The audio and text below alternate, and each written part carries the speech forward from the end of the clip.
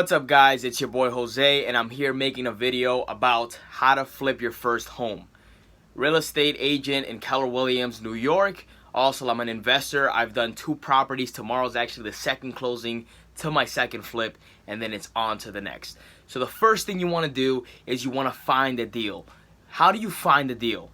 The first way that you could find a deal is on the MLS, on the multiple listing services.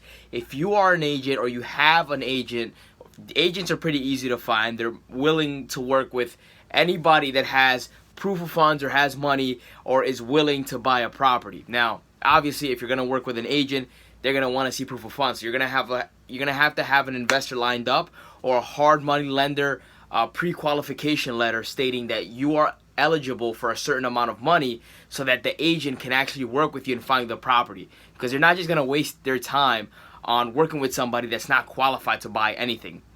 So that's a way, finding something on the MLS by partnering up with an agent to actually look for certain properties for you that will send them to you. Like I have some a direct emailing campaign for myself. Just anything that comes on the market that may be a flip investment gets sent directly to my email. So I have that already set up for myself. You can get any local agent to set that up for yourself. And you know, sometimes they don't even have to pre-qualify you. Sometimes they'll just add you onto their database because who knows, later on maybe you will be available to buy a home. So the MLS is one deal.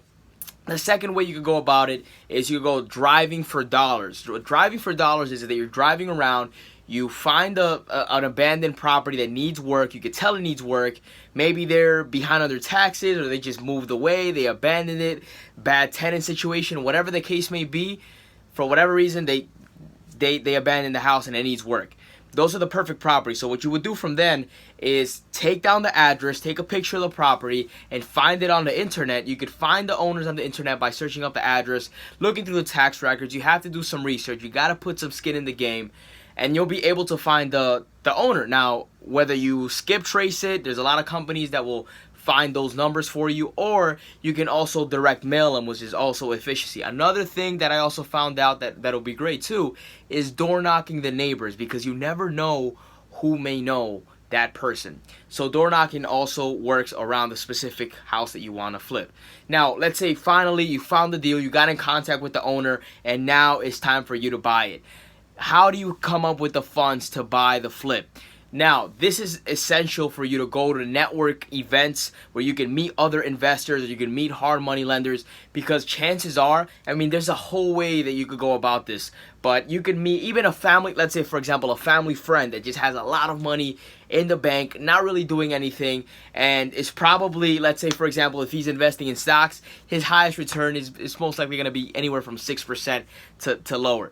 What you could do is you can offer him 10 to 12% on his money. So if you find a property for $100,000 and you go to an investor, and you go to an investor and you tell them, hey, I found this property, it's $100,000, it needs about $50,000 worth of work, and the way that you start familiarizing yourself with the numbers and how much money it needs from work is by getting contractors in there to give you bids. You know, sooner or later, once you get enough contractors in there and once you do enough houses, you start getting familiarized with the rehab cost, the cost that it's going to take for you to fix up that property. So you find something for $100,000, you find the contractor, you go in there, he says, hey, this is going to take me $50,000 to make it look good, make it look like the other house that sold next door for $300,000. So you bought it for $100,000, you put $50,000 into it. You could tell it's a good deal because you could sell it for $300,000, and the way that you know that is because the neighbor next door sold for $300,000. So you're like, yeah, why not? Of course I could sell this for $300,000. And chances are you can, because that's how it works. People run comps on houses that are like the one that you're buying. So you buy that house. Now you show the investors and the hard money lenders, because some people even lend on just the property, just a deal. So there are a lot of people that would lend based on the deal. So this is why you need to get out there. You need to be social. You need to network with more people with money. And the more knowledgeable you are about the subject, the more people are going to be willing to listen to you and lend you money. So that is another key thing. You know, go out there, learn a lot of skill sets that are actually going to be monetizable, because if you don't know anything, nobody's going to lend you anything. So one of the things that I would recommend so you can learn more about flips, investment deals, and other stuff is go on Bigger Pockets and listen to their podcast. They have a ton of episodes about investment properties and their success stories and how they started with no money down. But basically, I'm giving you it right now. I'm giving you everything right now. There's probably a local real estate investment meeting in your area, right? So, and mine is every second week of the month. They have one, right? So in your area, it might be the same or maybe a different time frame, but they have to have a networking event in your area. So just network around rich people, you know, people with money, people that just have money sitting in the bank or whatever, and partner up with them. You know, you have the knowledge and you can find the house and you have the time.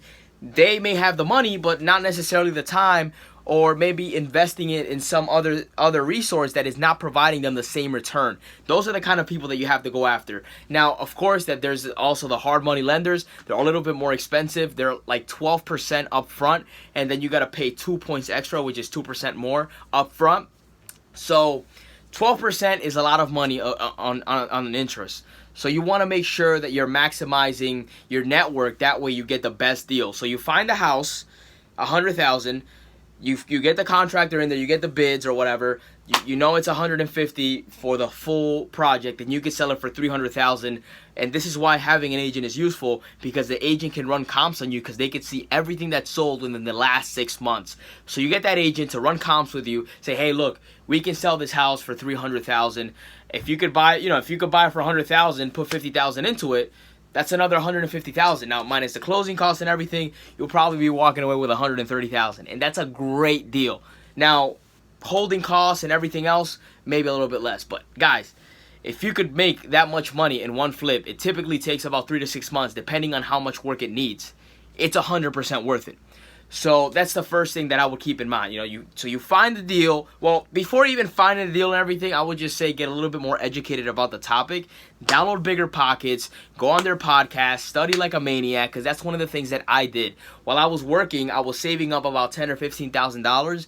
As I was doing that, I was just studying like a maniac. So when the chance came up and the opportunity presented itself, I knew how to act right away. It wasn't like, oh shoot, now I gotta learn this, I don't know how to do that. So while you're working, while you're grinding, if you have a 9 to 5, whatever it is, you don't need to be an entrepreneur, salesman to be a real estate investor. You just need to have the money and the knowledge. And if you don't have the money, you at least need to have the resources, which is the network, right? So the network can make you very rich. You just have to have the knowledge, right? Somebody doesn't have one thing, you have the other thing. So find a deal, get a contractor in there. Let's say it's 150. You could flip it for 300,000. You present that to the investor. The investor's most likely going to want to take that chance because he knows that if you don't pay him back, he gets to keep a property that he could flip himself for 300,000. So he gets that lien. He gets your property as collateral. So that's why investment works. And then, once you get the property, you fix it up. Once you fix it up, you go with a real estate agent to put it on the market. You get it sold for top dollar, and that's how it works. So I just briefly went over it, really quickly. I didn't dive into specifics, but I wanted to make this quick video because, a lot of people have been asking me about flips and stuff like that. So there you go, guys. Hope you enjoyed it. Hope it made a lot of sense for you. If you want more details, more information, email me, DM me on Instagram, Facebook. If you have my number, text me. Keller Williams Real Estate Agent, New York. If you ever need anything around the whole United States, I'm part of one of the biggest real estate networks around the whole country. Definitely hit me up, and I'll make sure I'll partner you up with the right person. Guys, thanks for tuning in, and I'll catch you on the next one.